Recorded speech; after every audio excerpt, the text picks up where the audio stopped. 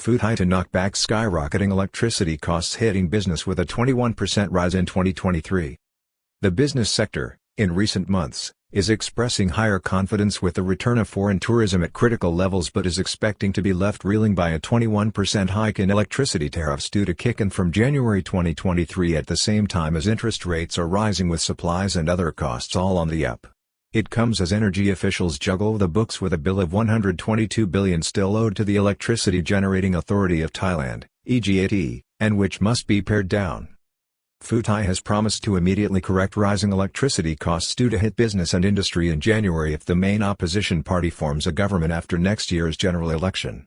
This news comes as Carla Boonkong, chairman of the Federation of Thai Industries, FTI, has criticized the government's approach in prioritizing the freezing of residential power costs after a 21% hike in tariffs was confirmed this week by energy officials for the business sector as they desperately try to juggle the costs and protect the Thai economy from the same sort of energy price shocks that have been seen in Europe, the United Kingdom and other Western countries this year. The chairman of the Pheu Thai Party Policy Committee, Mr. Praman Lertsuraj, made the statement on Thursday as energy officials confirmed a 21% hike in electricity costs for businesses to come into effect in January 2023. The government effort to protect residential customers only from the price hike has drawn stinging criticism from Federation of Thai Industries, FTI, chairman Mr. Carla Boonkong. Pheu Thai has promised to act immediately to bring down spiraling electricity costs if it is elected to form a government after the 2023 general election. The promise comes from the chairman of the party's policy committee Praman Lertsuraj and comes as electricity charges for Thai business concerns are set to rise by 21% from the beginning of next year, with the average cost of electricity per unit scheduled to rise from 4.72 to 5.69 per unit from the start of the year. The current government has asked regulators, however, to put a freeze on the price charged for small users of less than 500 units within the residential sector. Pheu Thai Policy Committee Chairman highlights the opposition party's commitment to enterprise in order to bring about a new 600 a day minimum wage. On Thursday, the Pheu Thai Party Policy Chief described the proposed rise in electricity prices in January as a significant burden on Thailand's economy, with 64% of the country's GDP generated by exports. Mr. Praman said that while Pheu Thai had proposed a 600 a day minimum wage by 2027, a policy pledge criticized by employer groups and also by leading economists, he said the party was committed to assisting the country's business sector and promoting a higher growth rate over the next 4 years to achieve the target.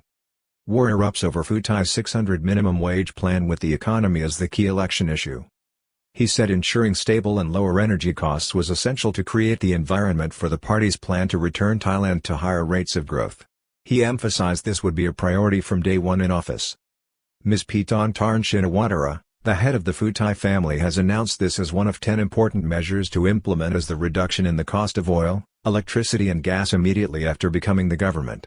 This is a commitment to take care of entrepreneurs and employers as well as employees. In this way, the minimum wage can be increased to 600 per day by 2027 according to the target, he outlined. New tariff confirmed this week by the Office of the Energy Regulatory Commission, ERC, due to higher fuel costs with declining Gulf of Thailand gas flows. The new electricity tariff was confirmed by Mr. Kamkrit Tantravanik, the Secretary General of the Office of the Energy Regulatory Commission, ERC, on Thursday. He blamed the rise on a reduction in gas supplies from Myanmar and a decrease in natural gas flows from the Gulf of Thailand necessitating the purchase of imported gas. The energy official also revealed operational maneuvers to maximize the amounts of natural gas available for electricity production in the coming months are underway as officials try to find ways to keep electricity costs at manageable levels. Mr. Kamkrit revealed that as part of such efforts already, the Electricity Generating Authority of Thailand, EGAT, has extended credit of over 122 billion which also must be repaid, an additional consideration for energy officials tasked with managing the country's electricity costs. So far, this has been the price to be paid for helping to protect the kingdom from a rapid rise in electricity costs such as that seen in Western countries this year. Chairman of the Federation of Thai Industries, FTI, says Thailand's policy is sharply different to Vietnam, which puts industrial energy needs first. The proposed hike has been criticized by the Federation of Thai Industries, FTI, chairman, Carla Boonkong, who warned that the increase now coming into force could see a 5% to 12% rise in product prices, which will negatively impact both the country's efforts to tamp down inflation and its competitiveness abroad. He said that government policy in Thailand passing on the added costs to the business sector while protecting residential electricity prices contrasted sharply from that of Vietnam, where the government instead was focused on getting householders to cut back on usage while protecting industry. The government should accelerate the promotion of power generated from solar energy at all levels for immediate use, and the rest to be sold into the system, by making it more convenient. It should also promote biofuels such as ethanol. The use of gasohol E20 will help to reduce oil imports, the FTI chairman said. Business confidence is currently high, driven by foreign tourism earnings which lift the entire economy, but economic storm clouds beckon. The industry leader, at the same time, highlighted that confidence in his sector continued to rise through November, with the Industrial Confidence Index hitting 93.5, up from 93.1 in the previous month.